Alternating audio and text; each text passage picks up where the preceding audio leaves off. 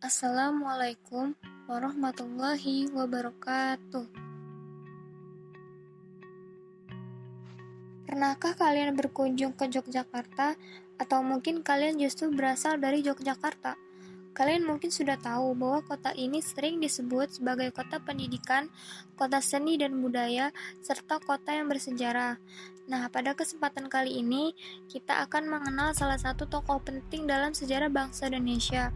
Dia adalah Dr. Wahidin Sudirohusodo, seorang perintis gagasan kebangsaan kita. Dr. Wahidin Sudirohusodo lahir pada tanggal 7 Januari 1852 di Melati, Sleman, Yogyakarta. Dr. Wahidin ini selalu berpenampilan dengan pakaian Jawa yang lengkap, dan beliau juga mencintai seni suara permainan gamelan. Pastinya banyak nih teman-teman yang mengira Dr. Wahidin ini merupakan orang Jawa Tulen. Namun tahukah teman-teman bahwa beliau itu adalah keturunan Makassar? Orang tuanya berdarah Bugis dan Makassar.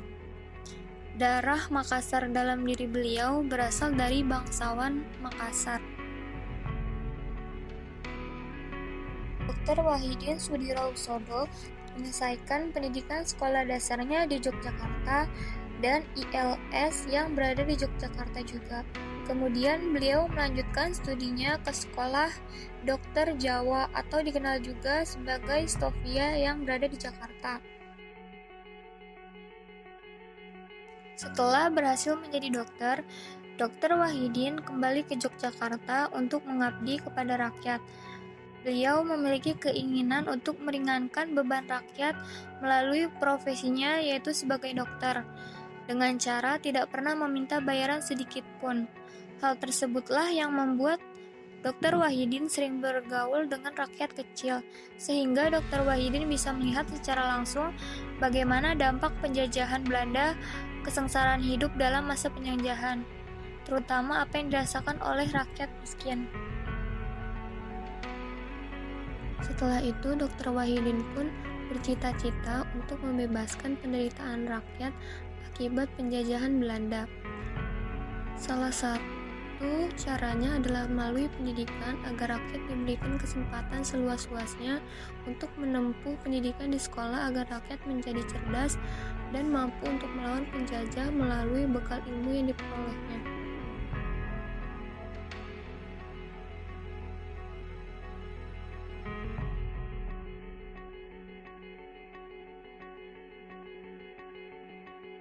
Dr. Wahidin pun berusaha mendekati tokoh-tokoh masyarakat beberapa kota di Jawa dengan maksud untuk membujuk para tokoh agar mau berpartisipasi dalam mencerdaskan kehidupan rakyatnya.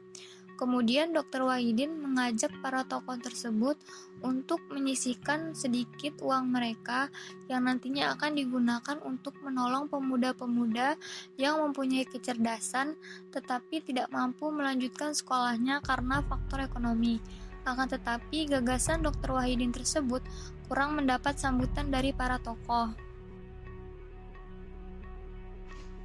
Dr. Wahidin pun tidak putus asa begitu saja. Beliau mulai mendekati para pelajar Stovia di Jakarta. Di Stovia, gagasan Dr. Wahidin diterima dengan tangan terbuka. Beliau lalu menganjurkan para pelajar Stovia agar pemuda dapat maju bergerak dalam berbagai bidang dan mendirikan organisasi yang bertujuan untuk memajukan pendidikan bagi rakyat Indonesia. Di Indonesia lahir kebangkitan nasionalisme yang dipandang sebagai awal tumbuh dan berkembangnya sejarah yang pertama kali dipelopori oleh tokoh nasional seperti Dr. Wahidin Sudirohusodo dan Dr. Sutomo. Nasionalisme bangkit ditandai lahirnya semangat nasional melalui organisasi Budi Utomo yang didirikan pada tanggal 20 Mei 1908 dengan tujuan mencerdaskan bangsa yang berdasarkan kesadaran, tekad, dan upaya untuk memajukan bangsa atas dasar falsafah dan wawasan yaitu bersumber pada kepribadian Nusantara. Didukung para cendekiawan yang berbasis pada pendidikan nasional untuk melawan bangsa penjajah. Budi Utomo merupakan organisasi modern pertama yang lahir di Indonesia sebagai bukti munculnya pergerakan nasional di Indonesia.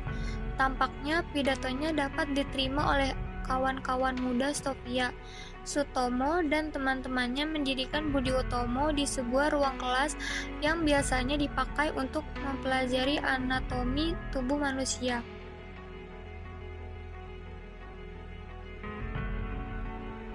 Meskipun tidak terlibat langsung dalam mendirikan Budi Utomo, tetapi pendirian organisasi tersebut merupakan hasil buah pikiran dan gagasan-gagasan Dr. Wahidin Sudirohusodo.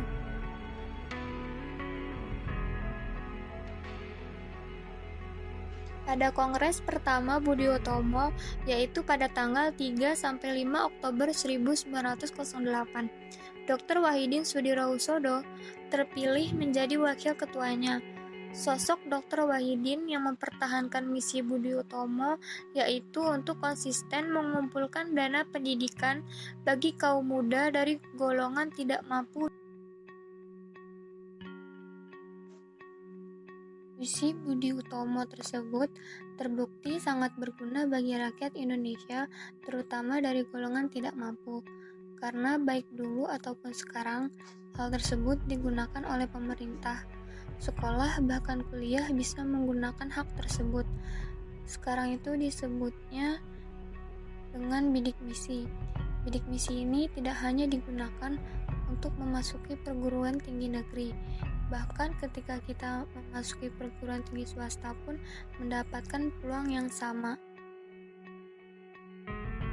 Dan semoga aja gitu gagasan Dr. Wahidin tersebut akan bertahan lama dan berguna untuk masa depan juga. Jadi generasi milenial selanjutnya yang mempunyai kecerdasan otak tentunya tetapi tidak mampu, itu mereka tetap mempunyai hak pendidikan yang sama gitu.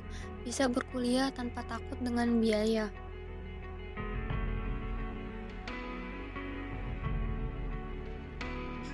Perjuangan Dr. Wahidin Sudirohusodo bukan hanya itu saja. Pada tahun 1904, beliau menerbitkan majalah Retno Dumila, yang berarti penerangan. Majalah ini bertugas sebagai penyampai pesan bagi rakyat bahwa pendidikan itu sangatlah penting. Dr. Wahidin Sudirohusodo meninggal dunia pada tanggal 26 Mei 1917 di usia yang ke-65 tahun. Beliau dimakamkan di tanah kelahirannya, yaitu di Desa Melati, Sleman, Yogyakarta. Tanggal berdirinya Budi Utomo selalu diperingati bangsa Indonesia sebagai Hari Kebangkitan Nasional karena merupakan organisasi pergerakan pertama sekalipun waktu didirikannya masih bersifat kedaerahan. Kata nasional Indonesia belum dipakai waktu itu. Nama Indonesia sebelum 1922 belum dipakai, sebelumnya masih istilah Hindia Belanda. Namun demikian, Budi Utomo mempelopori berdirinya perkumpulan modern yang lain. Arah perkembangan pergerakan Budi Utomo adalah nasional. Jadi Budi Utomo dapat dipandang secara simbolis sebagai pergerakan nasional menentang penjajahan.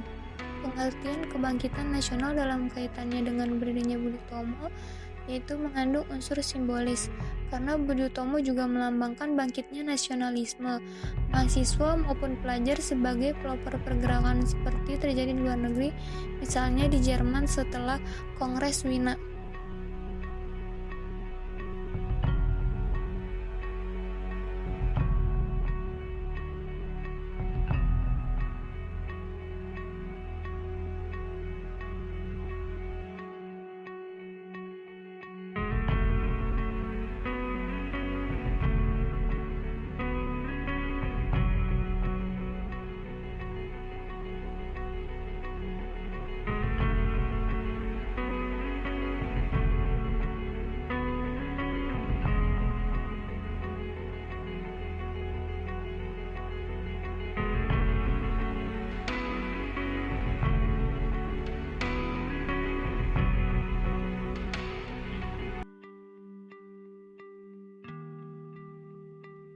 Apabila adanya kekurangan, saya minta maaf dan demikian yang dapat saya sampaikan. Sekian, terima kasih. Wassalamualaikum warahmatullahi wabarakatuh.